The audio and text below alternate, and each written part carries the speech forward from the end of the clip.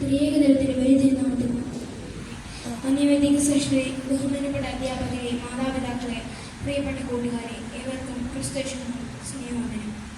വിശ്വരക്ഷയുടെ തിരുപ്പിറവി ആഘോഷിക്കുന്നതിനായി നോമ്പാലും പ്രാർത്ഥനയാലും എഴുതപ്പെടുന്ന ഏതോ നോമ്പിലെ ഈ കർത്തൃ ദിവസം പരിശുദ്ധ സഭ യൂഹാനോൻ മാബ്ദാനിയുടെ ജന്മദിനമായി കൊണ്ടാടുന്നു. സ്ത്രീയിൽ നിന്നും ജനിച്ചവരിൽ ഏറ്റവും വലിയവനെന്ന് നമ്മുടെ കർത്താവ് വിശേഷിപ്പിച്ചിട്ടുള്ള യൂഹാനോൻ മാബ്ദാനിയുടെ ജന്മദിനം നമ്മൾ ബാലദിനമായി കൊണ്ടാടുന്നു. കർത്താവിൽ അനുഗ്രഹിക്കപ്പെട്ട ജനമേ, ആദ്യ പിതാവായ ആദാം ചെയ്ത പാപം എന്നേക്കുമായി കഴുകിക്കളയാൻ വേണ്ടിയാണ് പിതാവാം ദൈവം തന്റെ ഏകജാതനായ പുത്രനെ ഈ ലോകത്തിലേക്ക് അയച്ചത്. ലോക ചരിത്രം തന്നെ BC എന്നും AD എന്നും രണ്ടായി കീറിമുറിച്ച് നമ്മുടെ കർത്താവായ യേശുക്രിസ്തു ഭൂജാതനായി. നമ്മുടെ വിശ്വാസമനുസരിച്ച് പ്രവാചകരിൽ അവസാനത്തെ കണ്ണിയും പ്രവചനങ്ങളുടെ പൂർത്തീകരണമായി കരുതപ്പെടുന്ന നമ്മുടെ കർത്താവായ യേശുക്രിസ്തുവിന്റെ വരവിന് വഴിയൊരുക്കുന്നതിന് വേണ്ടി അയക്കപ്പെട്ടവനുമാണ് യൂഹാനോൻ മാബ്ദാന. കർത്താവിൻ പ്രിയ ദൈവജനമേ, ഞാനിന്ന് നിങ്ങളുമായി പങ്കുവയ്ക്കാൻ ആഗ്രഹിക്കുന്നത് ജോൺ ദ ബാപ്റ്റിസ്റ്റ് അഥവാ യൂഹാനോൻ മാബ്ദാനയെ കുറിച്ചാണ്. ആളുകളെ സ്നാനപ്പെടുത്തിയെന്നാണ് അവന്റെ പേര് സൂചിപ്പിക്കുന്നതെങ്കിലും ഭൂമിയിലെ ജോണിന്റെ ജീവിതം കേവലം സ്നാനപ്പെടുത്തുന്നതിനേക്കാൾ കൂടുതലായിരുന്നു. യേശുക്രിസ്തുവിനോടും അവന്റെ രാജ്യത്തോടുമുള്ള ഭക്തിയും കീഴടങ്ങലുമായിരുന്നു ജോണിന്റെ ജീവിതം. ഒരു രക്ഷകനെ അത്യന്തം ആവശ്യമായിരുന്ന ഒരു ജനതയോട് മിശിഹായുടെ വരവ് പ്രഖ്യാപിച്ച മരുഭൂമിയിലെ ഏകശതമായിരുന്നു യോഹന്നാൻ ശതമെന്ന് വിശുദ്ധ യോഹന്നാൻ സുവിശേഷം 1-ാം അധ്യായം 23-ാം വാക്യത്തിൽ പറയുന്നു. യേശുക്രിസ്തുവിന്റെ സുവിശേഷം ലജ്ജ കൂടാതെ പങ്കുവച്ചതിനാൽ ആധുനിക കാലത്തെ സുവിശേഷകരുടെ മുൻഗാമിയായിരുന്നു അദ്ദേഹം. ജോണിന്റെ ജനനം അത്ഭുതകരമായിരുന്നു. ഒരിക്കലും കുട്ടികൾ ഉണ്ടാകാത്ത പ്രായമായ മാതാപിതാക്കളിൽ നിന്നാണ് അവർ ജനിച്ചത്. ചതുർ സുവിശേഷങ്ങളിലൊന്നായ വിശുദ്ധ ലൂക്കോസിന്റെ സുവിശേഷം 1-ാം അധ്യായത്തിൽ ജോണിന്റെ ജനനത്തെ കുറിച്ച് വിവരിച്ചിട്ടുണ്ട്.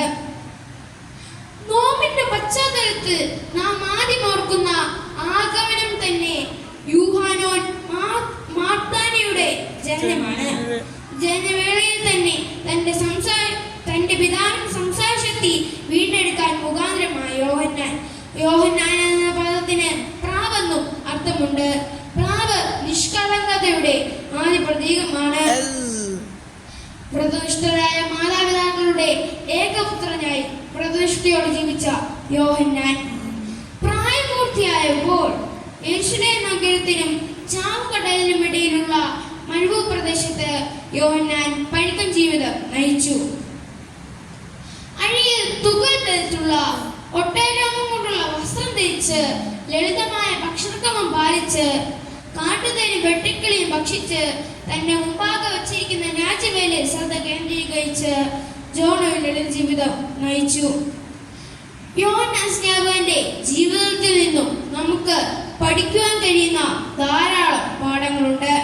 പൂർണ്ണ ഹൃദയത്തോടെ യേശുക്രിസ്തുവിൽ വിശ്വസിക്കുന്നത് സാധ്യമാണ് എന്നതാണ് ഒരു പാഠം. വിശുദ്ധ മത്തായി 11:10 പറയുന്നത് പോലെ മിശിഹ വരുമെന്ന് യോഹന്നാൻ അറിഞ്ഞ് പൂർണ്ണ ഹൃദയത്തോടെ വിശ്വസിച്ച് അവന്റെ വരവിന് വഴിയൊരുക്കുന്നത് തന്റെ ദിവസങ്ങൾ ചിലവഴിക്കുകയും ചെയ്തു. വഴിയൊരുക്കുന്നത് അത്ര എളുപ്പമുള്ള കാര്യമായിരുന്നില്ല. വരുവാനിരിക്കുന്ന മിശിഹായെ കുറിച്ചുള്ള തന്റെ ആവേശം പങ്കുവയ്ക്കാത്ത സംശയക്കാരെ അദ്ദേഹം ദിവസവും അഭിമുഖീകരിച്ചു. പരീശന്മാരുടെ കഠിനമായ ചോദ്യം ചെയ്യലിൽ യോഹന്നാൻ തന്റെ വിശ്വാസം പങ്കുവച്ചു. ഞാൻ വെള്ളത്താൽ സ്നാനം കഴിപ്പിക്കുന്നു, എന്നാൽ നിങ്ങളുടെ ഇടയിൽ നിങ്ങൾ അറിയാതെ ഒരുവൻ നിൽക്കുന്നുണ്ട്. അവൻ എന്റെ പിന്നാലെ വരുന്നവൻ തന്നെ. അവന്റെ ചെരുപ്പിന്റെ വാറഴിപ്പാൻ ഞാൻ യോഗ്യനല്ല. വിശുദ്ധ യോഹന്നാൻ 1:26-27 വാക്യങ്ങൾ. പ്രിയരെ, വിശ്വാസികളെന്ന നിലയിൽ നമുക്കെല്ലാവർക്കും ഈ ഉറച്ച വിശ്വാസം ഉണ്ടായിരിക്കണം. നാം ജീവിക്കുമ്പോൾ ദൈവത്തിലുള്ളതായ വിശ്വസ്തവും അനുസരണയുള്ളതുമായ പിന്തുടരുകയും ദൈവം നമുക്ക് നൽകിയ ജീവിത സാഹചര്യങ്ങളിൽ അവന്റെ സത്യം പ്രഖ്യാപിക്കുകയും ചെയ്യാം. ക്രിസ്തീയ ജീവിതത്തെയും ശുശ്രൂഷയിലേക്കൂടെ നമ്മുടെ വിളി എന്തു തന്നെയായാലും നാം ഗൗരവത്തോടെ സമീപിക്കേണ്ടതിന്റെ ഒരു ഉദാഹരണമാണ് ജോണിന്റെ ജീവിതം. യേശുക്രിസ്തുവിനെ മറ്റുള്ളവർക്ക് പരിചയപ്പെടുത്താൻ വേണ്ടി ജോൺ തന്റെ ജീവിതം നയിച്ചു.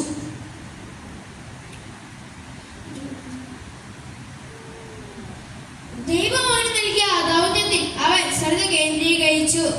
എന്നെ കേൾക്കുന്ന പ്രിയ ദൈവജനമേ, യൂഹാനൻ നാഥാനെ പോലെ ദൈവം നമുക്ക് നൽകിയ ദൗത്യത്തിൽ ശ്രദ്ധിച്ച് വിശ്വസ്തയോടെ ഈ ലോകവാസം പൂർത്തീകരിക്കുവാൻ പരിശുദ്ധ തൃത്വം നമ്മെ സഹായിക്കട്ടെ.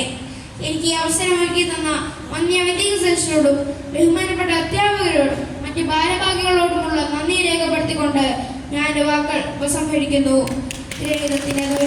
മാത്രം